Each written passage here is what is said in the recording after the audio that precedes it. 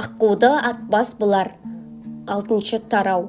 Істің беталысы бірте-бірте теріске айнала бастады. Зияттар аттанып кеткен соң, арада бірер ай өтті ме, өтпеді ме, аудан орталығы қарауылда аяқ астынан күтпеген оқиға болды. Күтпеген емес, біреулер алдын ала тағатсыздана күткен, тіпті қолдан ұйымдастырған жағдай десе де болғандай.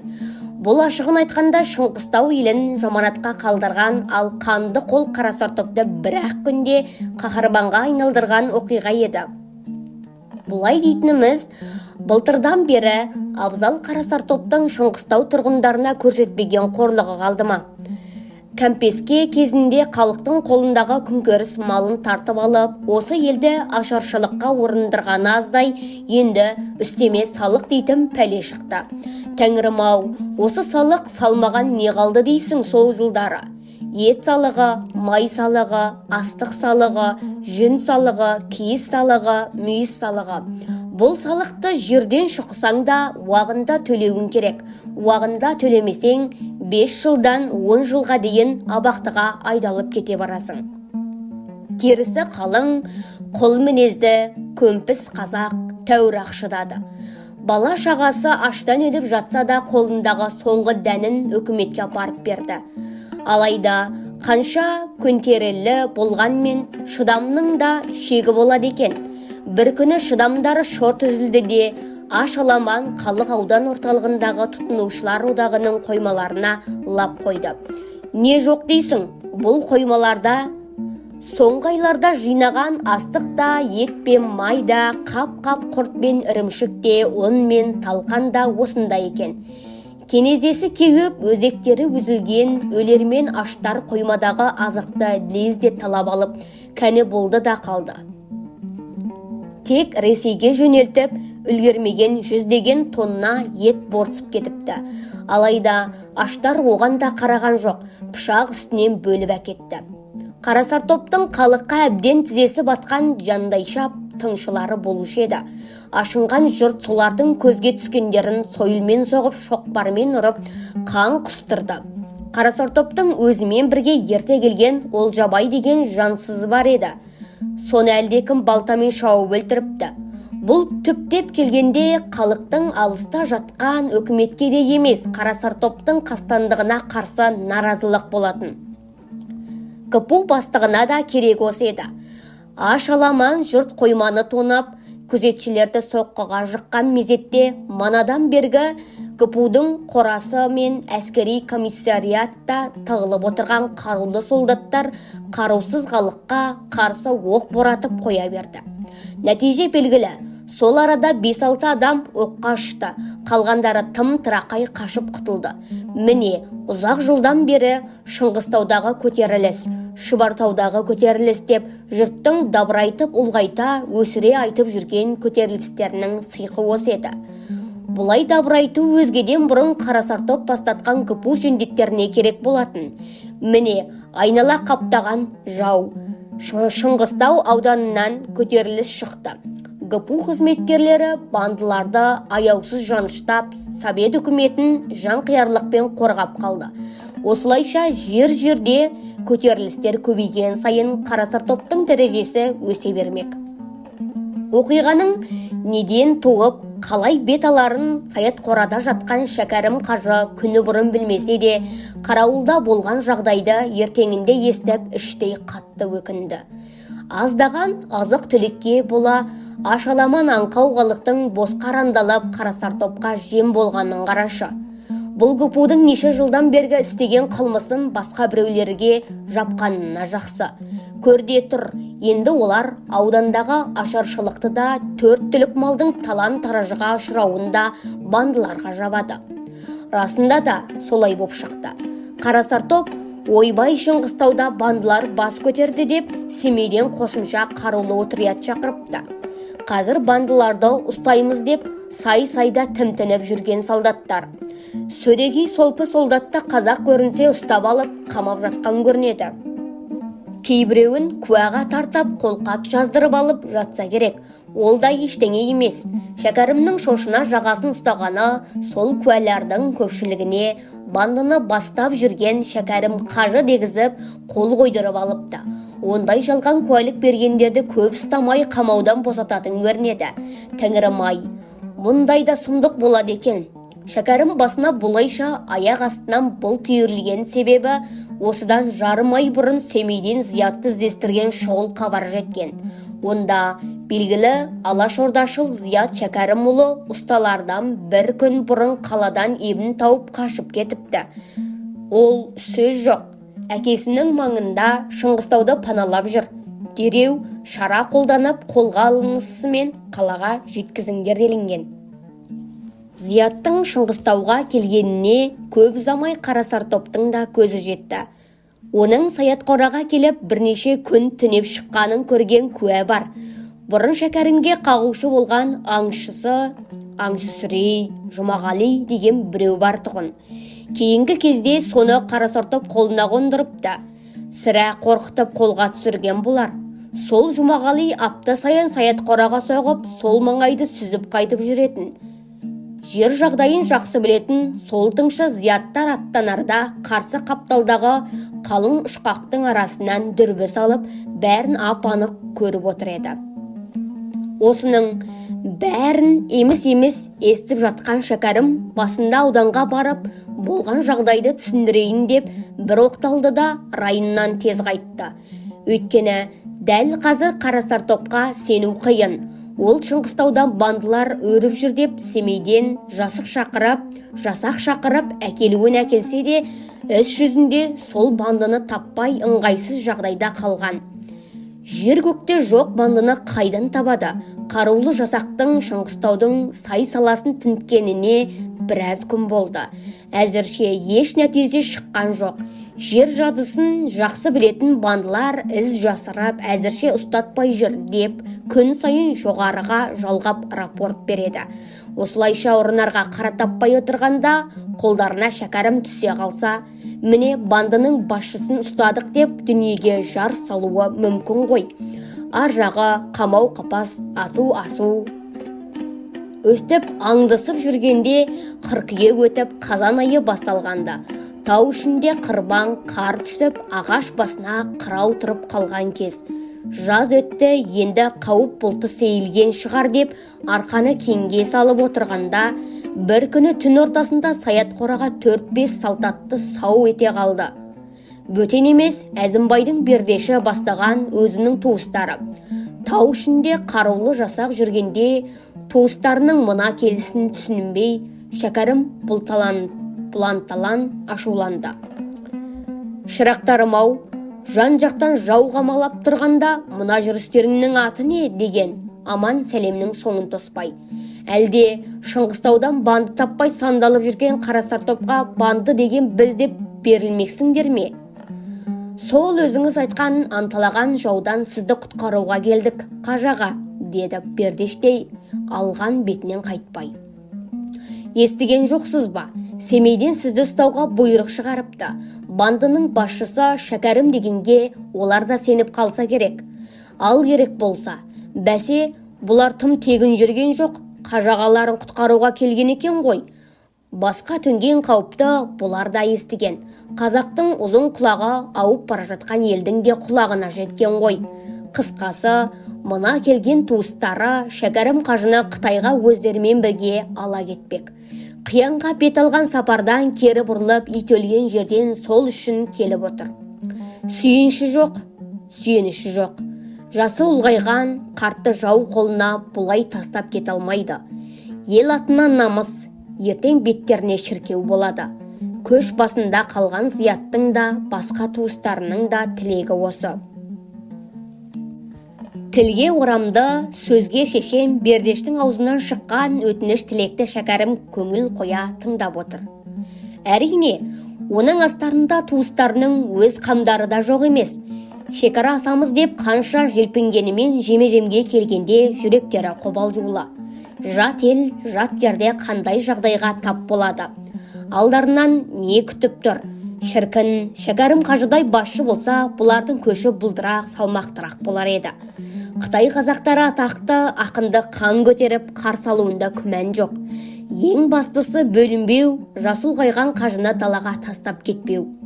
Бердештің айтқандары жүрекке шауып, қаншалық толықтаса да Шәкәрім алған бетінен қайтпады.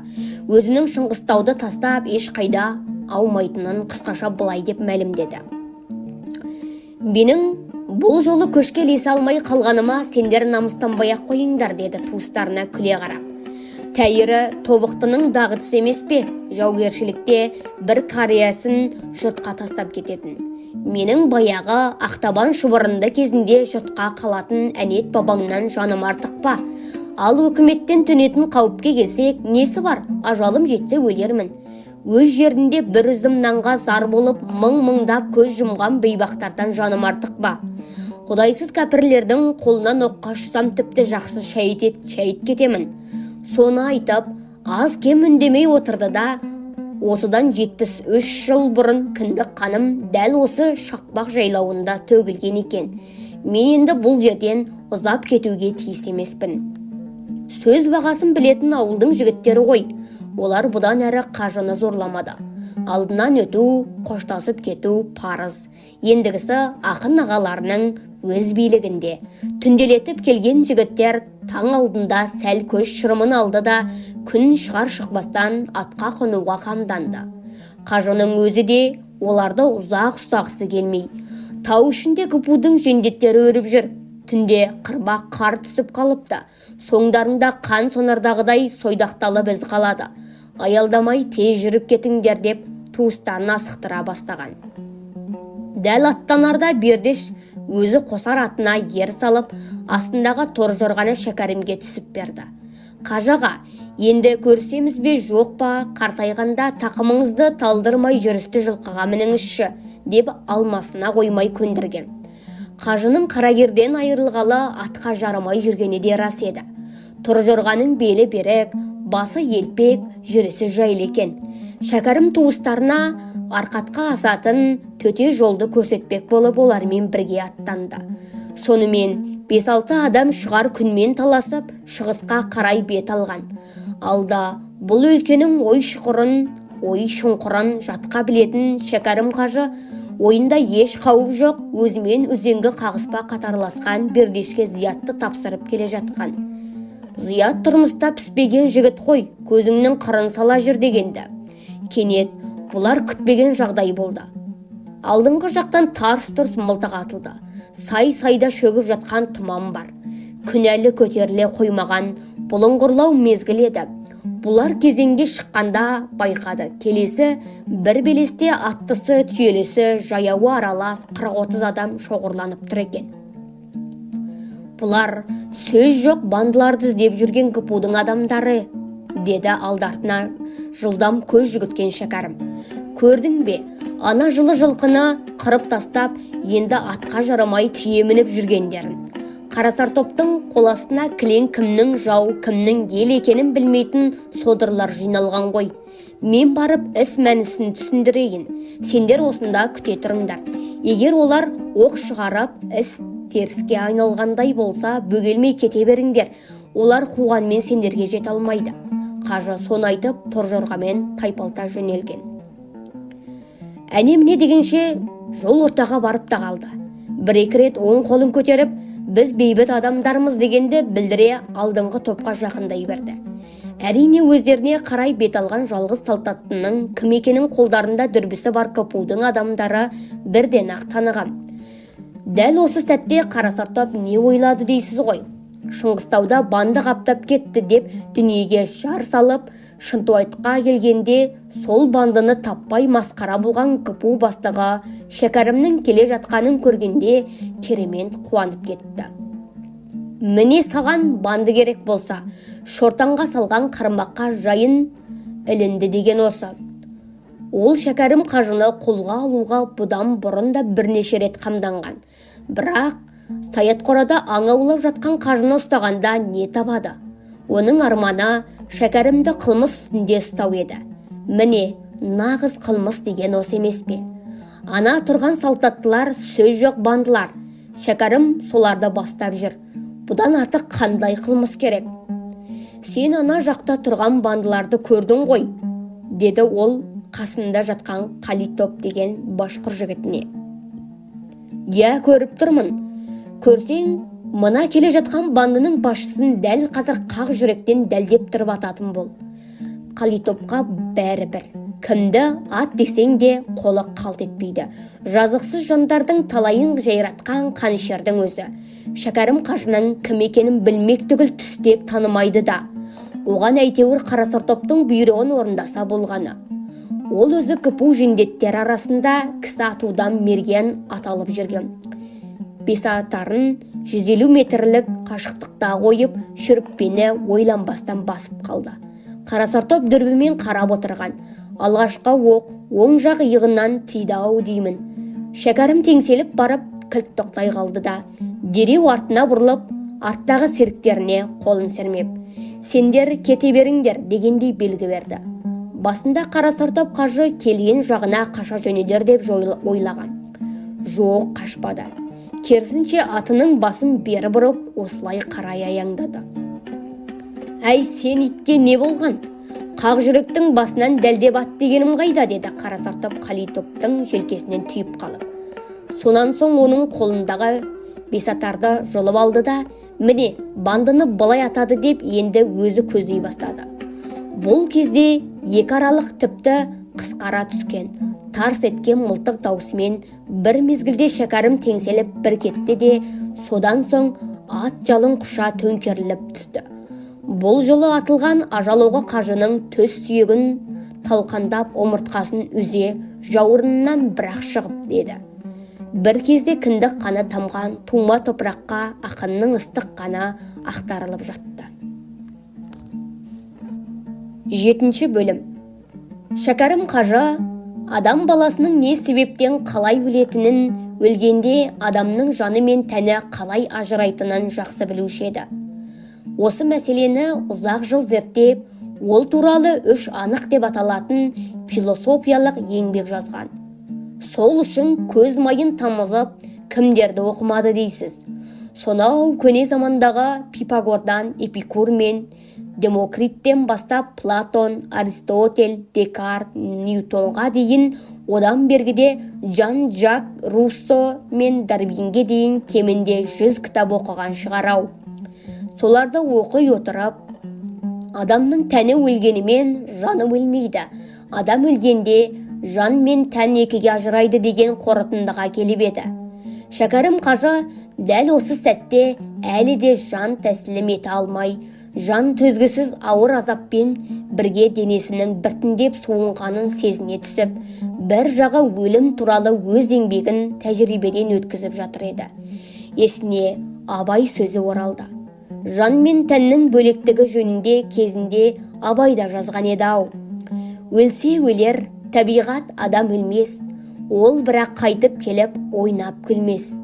Менікінің айырылғанын өлді деп ат қойыпты өңшең білмес, деп ұлы ұстаз тән өлгенмен жанның өлмейтіне дұғадай сеніп өткен. Абай Шәкәрім оқыған 100 кітапты түгел оқыды ма, жоқ па, кесіп айту қиын. Бірақ ол жоғарыдағы дәнішпандармен терезесі тең адам ғой. Ондай тұжырымға ешкімнің кітабын оқымай-ақ өздігінен келуі де әбден мүмкін. Ал жаңа оқ тиген соң ат үстінен төңкеріле құлап, қырбақ қардың үстінде шалқасынан жатқан Шәкәрім бұл кезде өз денесінен жанның қалай бөлініп шығуын күтіп жатыр еді. Күре тамырларын бойлаған ыстық қан жарының аузынан сыртқа тоқтаусыз ағып жатқан сезеді. Көп күттіргені жоқ, бір мезгілде денесі тоңазығандай қатты суып кетті де, өзі жансыз тәннен бөлініп, аспанға қарай ұшып шықты. Өзі деп отырғанымыз жан әрине. Кенет ауада ұшып жүрген мамық қауырсындай салмақсыз күйге түскен. Тәннен үзіліп шыққан бойда қалықтай көтеріліп арқан бойындай жерге барып тұрақтады. Жаз кезінде боз торғайдың жерден шырқай көтеріліп, көк жүзінде күміс қоңыраудай жыр төгіп тұратыны бар ғой. Ақын жаны бейне сол боздарға иіспетті. Жерде жатқан қажының тәнінде басқаларды да жан биіктен көріп тұр. Мына қажының аттан ауып түскенін көріп, күпу жендеттері жан жақтан тұра ұмтылған. Бәрінен бұрын жеткен Қарасар топ болды. Өзі сондай қуанышты, қатыны ұл тапқандай масайрап жүр. Мінекей жігіттер, әне күннен бергі төккен теріміз, азапты күндеріміз зая кеткен жоқ. Ақыры жемісін берді.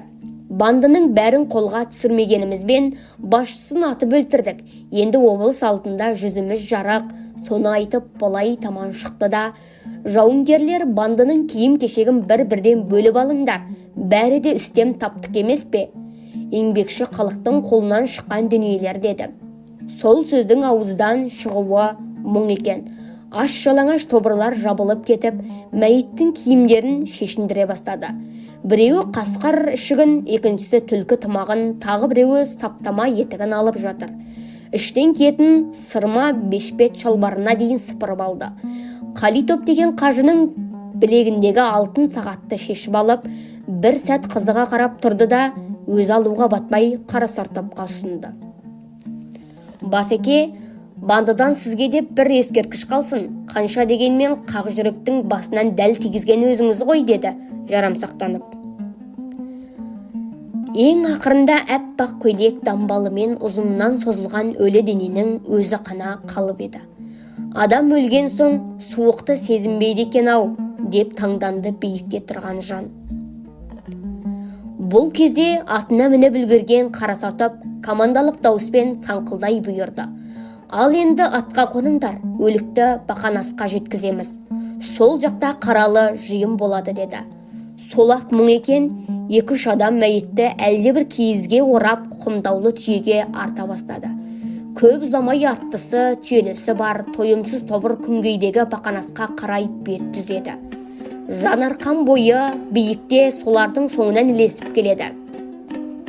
Тірі кезінде Шәкәрім қажы талай рет жүріп өткен таныс соқпақтар, көне кеше бозбалалық жастық шағы өткен құтты қоныстар, ақселеу мініп, қылаңнан киіп, қараған жанға көрінбей, ізденіп жарды, пида қып жанды, алыс деп ауыл ерінбей, айлалы жолдас қасқа алып, аң көрген лашым бастанып, қызда ауылдың итін үргізіп жүретін сәулелі жылдар қандай еді. Амал не, соның бәрі баяғыда өтіп кетті. Жан сол бір сал дәуренді сағына еске алып тұр. Ал дәл қазір өтіп жатқан оқиғалардың ол үшін еш қызығы жоқ еді. Жанға енді бәрі бір сияқты. Көз алдында қайшыласқан шым шытырық дүниенің бұған енді еш қатысы жоқтай. Өз алдына дербес тіршілік ететін бейтарап бейне. Бұл күн еңкейе Бақанасқа жеткен. Мана бірнеше атарман шабармандар осылай шапқылап кетіп еді. Солар халықты шоқтай еріп жинап қойыпты. Көпшілігі құдайсыздар ұйымының мүшелері. Сау жойдың шәкірттері, мектеп оқушылары, түйені шөгеріп, үстіндегі мәйітті ораулы күйінде әлде бір сөре тақтайдың үстіне қойып жатқанда, құдайсыздар бастатқан белсенділер Совет үкіметінің жауларын жоғалтайық, бандыларға өлім келсін, Шәкәрім қажы бастаған бандылардың күлін көкке ұшырайық деп дуылдата ұран шақырды. Жиналғандардың бәрі бірдей белсенді емес, қажымен соңғы рет қоштасу үшін келгендер де бар сияқты. Ересек адамдардың бәрі еңіреп жылап тұр. Жан бұларды түгелге жуық таниды. Талай келеп дәмдес болған адамдар. Мәссаған, мына әкім құлды қара, қажының ең жақын достарының бірі. Саят қораға апта сайын азық апарып, әйелі болса қажының іш киімдерін жуып, ауыстырып тұратын. Жұрттың бәріне естірте өгіздей өкіріп жылап тұрған сол әкім құл. Дәл осы сәтте бір қорадан салтатты Қарасар топ шыға келді де, жылап тұрған әкім құлды көріп қалып, оны қамшымен жондата тартып жіберді. Бандының құйыршығы, сыбайласыңды қимай жоқтап тұрсың ба контра? Кім үшін қалай жылаудың керектігін мен әлі көрсетермін саған. Осыдан кейін жылағандар жым болып басылып қалды. Қарасар топ қолындағы қамшысын оңды-солды сермеп қойып сөйлеп тұр. Әне, сендердің әулие тұтап пір санап жүрген қажыларың. Шыңғыстауда бандыларға басшы болып аудан орталығына шабуылдап өкімет қамбасын тонаған осы қажы. Ақыры бүгін Кереге таста бір топ бандыны бастап келіп қызыл жауынгерлер тарапынан оққа ұшты. Көріп алыңдар, Совет үкіметінің жауларына ешқандай рақым жоқ. Кім өкіметке қарсы шықса, көретін күні осы. ГПУ бастығының сөзі аяқтала бере, Құдайсыздар ұйымының мүшелері тағы да айғайға басты. Бандыларды Шыңғыстаудан аластау туралы сол баяғы ұрандар. Осы кезде әлдекім ілбіп басып ортаға шыққан. Әкім құл екен. Бастыққа қарап бірдеңелерді айтып тұр. Жаны жәннатта болғыр қажының көзі тірісінде ешқандай оғаш қылығын байқаған жоқ едік. Енді сіз жау деген соң амал жоқ, жау деп атаймыз ғой. Қажының жанын алып тыңдыңдар. Енді мәйітін өзімізге беріңдер. Қанша дегенмен Меккеге барған кісі ғой. Осында жаназасын шығарып, арулап жерлейік дегенді. Молчат деп қарасартып ышқына айғайлап жіберді. Бандыға ешқандай құрмет көрсетілмейді. Қабір қазылып, зиратта тұрғызылмайды. Апарыңдар да осындағы құр құдықтардың біріне тастай салыңдар. Сол бұйрық ауыздан шығысымен ораулы күйінде тақтай сөреде жатқан мәйітті қос өркешті қоңыр атанға қайтадан артты. Олардай шулаған көпшілік артта қалды да, түйе жетелеген 5-6 адам ауылдан ұзай берді. Манадан бері ауылдағы жағдайды бастан аяқ көріп тұрған жан қалықтай үшіп, қаралы топтың соңына ілесті. Түйе жетелеген салтаттылар Бақана ауылынан көп ұзаған жоқ. Өздері осы төңіректі жатқа білетін болса керек. Бір-екі бел асып, құм төбелі жазыққа шықты да, сол маңдағы суы тартылған әлде бір құр құдықтың қасына келіп тоқтады. Бірден түйені шөгіріп, мәйітті қаумаласап, солай қарай алып жүрді. Қажы тым сұңғақ адам еді. Мына құдықтың тігінен тастасақ, бойлар ма екен, деді қырықпа қара сақалда ересектеу біреуі. Бойламаса бойлатамыз, белін бе тізесін бе бүгіп жібереміз, деді бойына 5 атар асынған ГПУ жендеті. Ақыры соның айтқаны болды. Құдайсыздар мәйітті киізге ораулы күйінде көтеріп әкелді де, бір қайырым дұға оқып беттерінде сипамастан аузына өрмекші тор құрып тастаған құр құдыққа тікесінен түсіріп жіберді. Абырой болғанда қажының денесі құдық бетіне 1 метрдей жетпей қалды.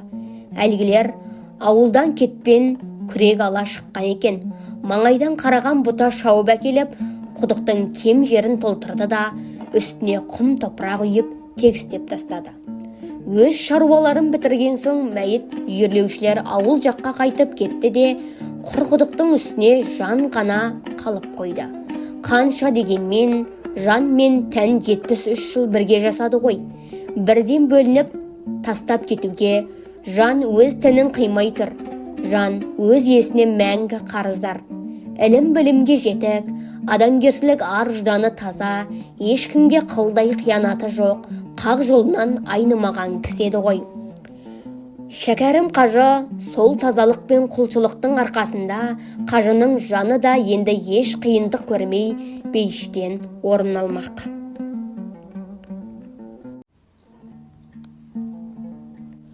Жан 7 күнге дейін Бақанас пен Саятқора арасында қалықтап ұшып жүрді. Бұл аралықта ешкімде қажыға арнап, жерұшақ қоңырыстап, құран қатым түсірген жоқ. Алайда қажының өз тауабы өзіне жеткілікті еді. Бәрінде көзі тірісінде тындырап, парызын өтеп кеткен. Жан сол үшінде қажыға дән риза. Қазір жанда ешқандай уайым жоқ. Шәкәрім қажы бір кезде құс салып, аң аулаған шыңғыс жоталарымен қоштасып, жеңіл қалықтап ұшты да жүрді. Қайран Шыңғыстау, сол баяғы мұрты білінбеген қалпы артта қалып барады. 7-ші күні Саятқораға соңғы рет айналып соғып еді. Соңғы 15 жылда қажының тыным тағат тапқан жері ғой бұл қоныс. Бірақ бүгін мұнда тыныш емес екен. Бүгін Саятқорада КПУ-дың адамдары тінту жүргізіп жатқанды. Тінту ме, тонау ма, жіп тағу қиын. Тонаушылар Шәкәрім қажының домбырасын, гармонын, скрипкасын, білтелі мылтығын, кісесін, құсбегінің керек жарағын, үйдегі кілемі мен алашасын, сырмағы мен текеметін пышақ үстінен талап әкетіп жатты.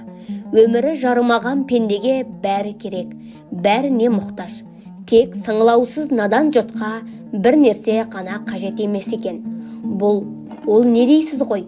Ол кітаптар. Саят Қораның сөрелері толған кітап еді. Ана жылы Каппеске кезінде қыстаудағы үйін осылай тонаған. Қолға түскен кітаптарын өртеп күлге айналдырған. Әйткенмен кітаптарының жасырын сақталған 3-2 бөлігі аман қалып еді. Қажы ап-сап басылған соң ол кітаптардың 2-3 түйеге артып Саят Қораға жеткізіп алған. Не жоқ дейсіз? Оның ішінде араб пен түріктің ойшылдары, ертедегі грек данышпандары, кейінгі Еуропа мен орыс оқымыстылары қажының 50 жыл бойы жинаған қазынасы ғой. Міне, сол баға жетпес байлықты құдайсыздар аулаға үйіп қойып тағы да өртеп жатыр. Арасына ауа кірмеген қалың томдар оңайшылықпен жанбайды екен. Арасына қураған ағаш тастап, әлі басылмаған қол жазбаларды бұрап тамызыққа пайдаланып жүр. Неше күннен бері көрген қорлық зорлықтарына былқ етпей бейтарап қалған жан кітаптардың жанып жатқанын көргенде қатты күйзеліп шырқырап кетті. Ойпыр-ай, мұндайда сұмдық болады екен-ау. Надандық жайлаған бұл халық жуық арада қатарға қосылмас. Мына құдайсыздар қажының ғана мүлкі емес, бүкіл адамзаттың ақыл ойын өртеп жатыр ғой. Жердегі тірліктен көңілі қалып қатты түңілген жан осыдан кейін бұл маңда көп бөгелген жоқ. Шыңғыс шыңдарына соңғы рет көз тоқтатып, сүзеле бір қарады да 7 қат көктегі мәңгілік мекеніне қарай жол тартты. Түйін, зулаған заман бір қалыпта тұрмайды екен. Дүние дегеніңіз құбылыстан, өзгерістен тұрады екен. Баяғы жалғанды жалпағынан жалмаймыз, әлемді түгел аузымызға қаратамыз дейтін құдайсыздар үстемдігі 70 жылға зорға шыдады. Бұл өкімет адам пендесін сынау үшін Алла тағаланың уақытша жіберген зауалы деген қажының болжамы дәл шықты. Бәлкім атылған ақындардың қасиетті ғана қаны жібермеген шығар. Ешкім бір оқ шығармаяқ, шірген теректей өзінен өзі омырла құладау. Ал құдайсыздар заманында да дүниеден түңіліп өзіне мұтылған деп лақабат қойған Шәкәрімді туған халқы ұмытпапты. Қайта ақынға деген құштарлығы арта түсіп, азат күндерді асыға күтіпті. Арада тура 30 жыл өткенде тірі қалған жалғыз ұлы Ақат әкесінің сүйегін құр құдықтан ашып алып, Жидебайдағы Абай зиратының қасына жерлеген.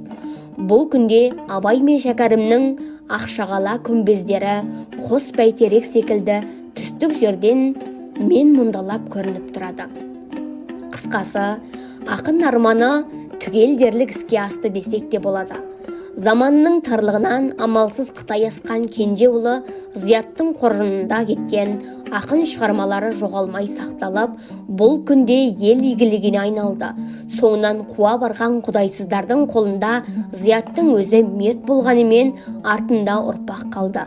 Азаттықтан кейін олар да ата жұртқа оралып, ел қатарлы өніп өсіп жатыр.